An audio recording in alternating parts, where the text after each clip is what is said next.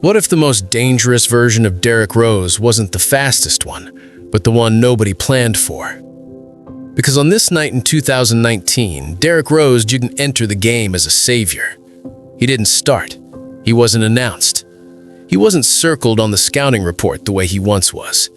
He came off the bench. And that's exactly why what happened next mattered. By 2019, Derrick Rose had accepted something most stars never do: a different role. Shorter bursts, controlled minutes, less spotlight.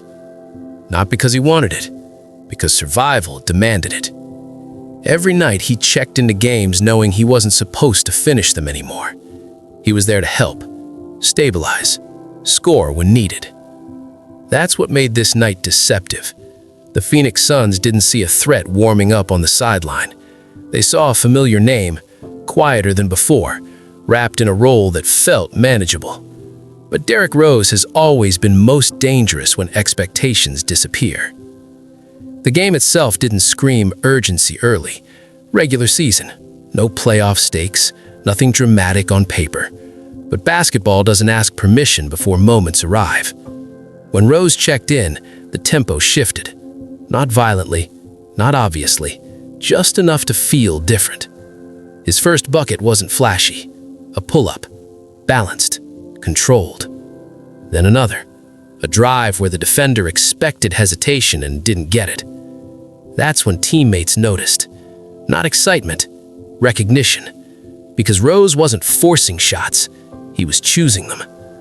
The Suns adjusted late. They closed out harder. They sent help earlier. But something was already off. This wasn't a scorer chasing rhythm. This was a veteran reading space like a map. By the fourth quarter, the game tightened.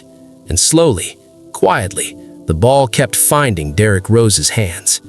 Not because of design, because of trust. That's the part people miss about late career moments. They don't announce themselves. They earn their way back into relevance. And with every possession, Rose was earning something dangerous, the right to decide the ending. The clock began to matter. Defenses began to tense. And suddenly, the idea that Rose might take the final shot didn't feel nostalgic. It felt logical. And that's when the game crossed the line, from competitive to personal. Because when Derrick Rose holds the ball late, history enters the building, whether anyone invites it or not. And the Suns were about to learn something the league had forgotten. You don't need explosiveness to be deadly late. You need poise. You need patience. And you need the courage to take the shot when everyone assumes you won't. The scoring burst didn't arrive all at once. That's what made it unsettling. Derrick Rose didn't check in and immediately start hunting shots. He let the game breathe first. Let the defense settle into what it thought was normal. And then, possession by possession, he began to take pieces away. A mid-range jumper off one dribble, nothing dramatic. Then, a drive where the defender expected contact and Rose slid past him instead. Soft finish, no reaction. The Suns called for more pressure. They tried to speed him up. That's when Rose slowed everything down. This version of Derrick Rose didn't rely on explosion. He relied on timing, on knowing exactly when defenders lean, on understanding how late-game defenses panic without realizing it. Every bucket felt like it chipped at Phoenix's confidence, not because the shots were impossible, but because they were inevitable. The Timberwolves started leaning into it, not loudly, not forcefully, just instinctively. They cleared space. They set subtler screens. They trusted Derrick Rose to read the floor, and Rose rewarded that trust with composure. By the middle of the fourth quarter, the Suns' bench had changed posture. Coaches stood longer. Instructions came faster. Players looked toward Rose before the ball even crossed half court. That's when the scoring burst became real.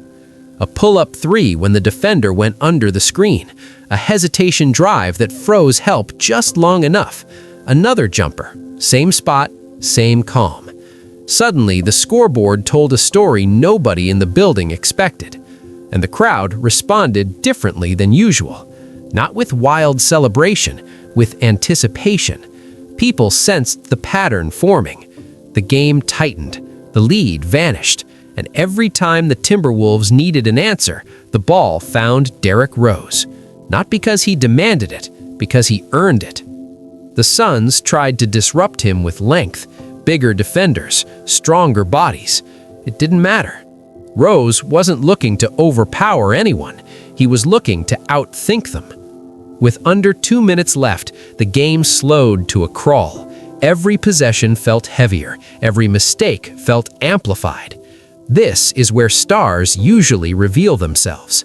Some rush, some hesitate, some disappear.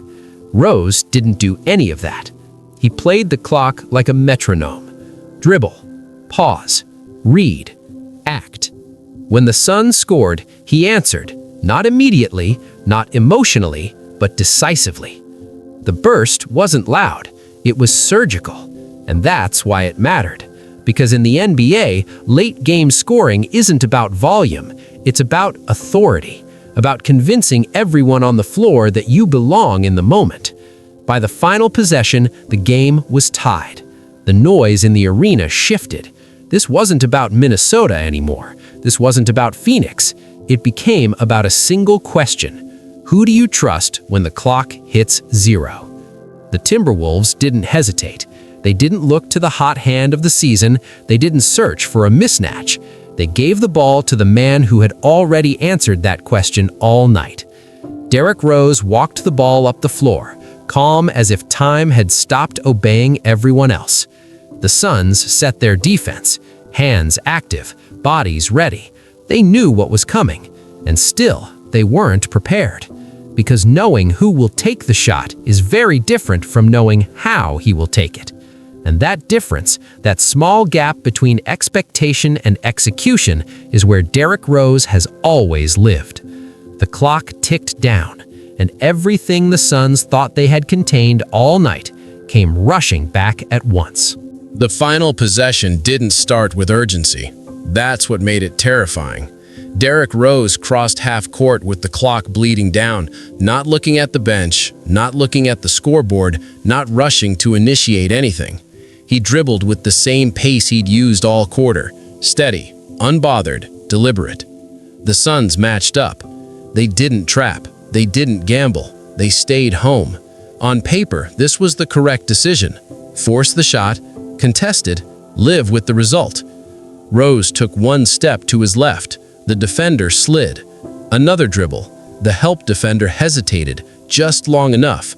That hesitation is everything.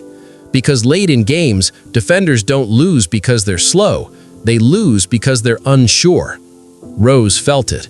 He didn't explode. He didn't force separation. He created it. One controlled step back. Not dramatic, not exaggerated, just enough. The defender recovered late, arm extended, body leaning forward, exactly how coaches teach it. But technique doesn't stop conviction.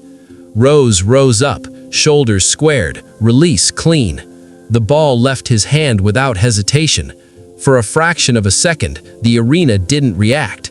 Not because the shot looked bad, because it looked final. The ball hit nothing but net. Game. And in that moment, something deeper than celebration filled the building. It wasn't shock, it was recognition. The Suns stood still, not arguing, not reacting. They had defended correctly, and still lost. That's the kind of shot that doesn't just end games, it ends arguments. Rose turned and jogged back, expression unchanged. No fist pump, no stare, just a quiet acknowledgement that the moment had found him, and he hadn't run from it. The bench erupted.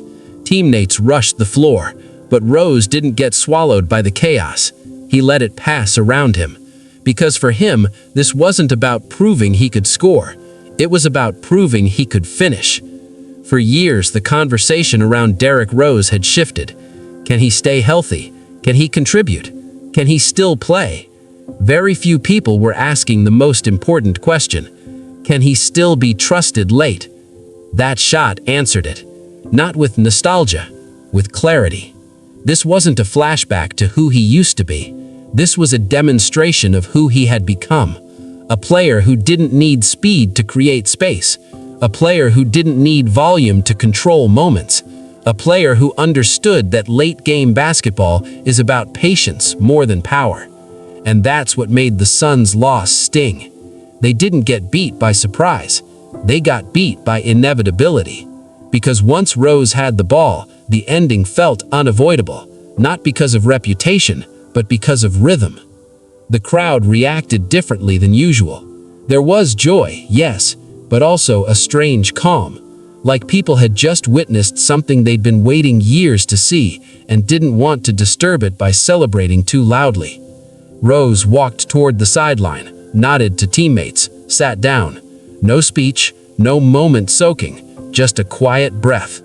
That's the detail most highlights miss, because the real story wasn't the step back.